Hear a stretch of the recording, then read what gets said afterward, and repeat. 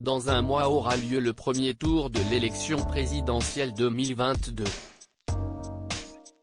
Jean-Luc Mélenchon est plus près que jamais, fort de sa remontée dans les intentions de vote, 12%, passant devant Valérie Pécresse, LR, et savourant l'enthousiasme de ses militants le 6 mars 2022 sur une esplanade du quartier Croix-Rousse de Lyon remplie selon son parti LFI par 15 000 personnes. Si est-il la troisième fois que le député de 70 ans se présente à l'élection suprême, prêt à en découdre face aux autres candidats et notamment le président sortant Emmanuel Macron. Une position qui lui vaut d'être plus que jamais sous la lumière, lui et ce qu'il préserve scrupuleusement, sa vie amoureuse. En interview pour Elle, Jean-Luc Mélenchon a détaillé son féminisme et sa vision pour les femmes.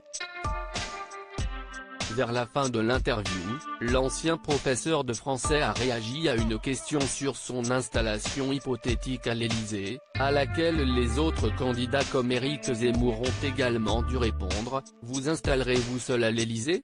En guise de réponse, l'homme politique émet un rire gêné, précise la publication.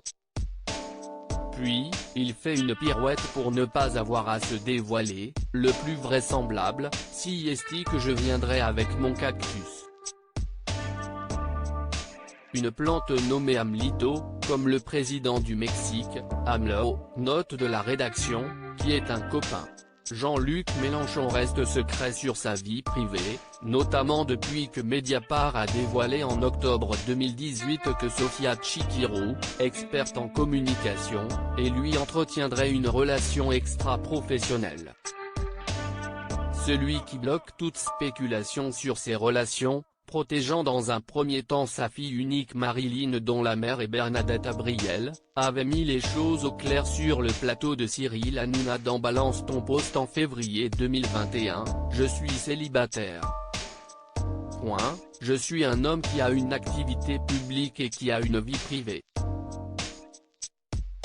Foutez-moi la paix. » Pour le moment, Jean-Luc Mélenchon préfère s'appesantir sur son programme et la situation politique de la France et du monde.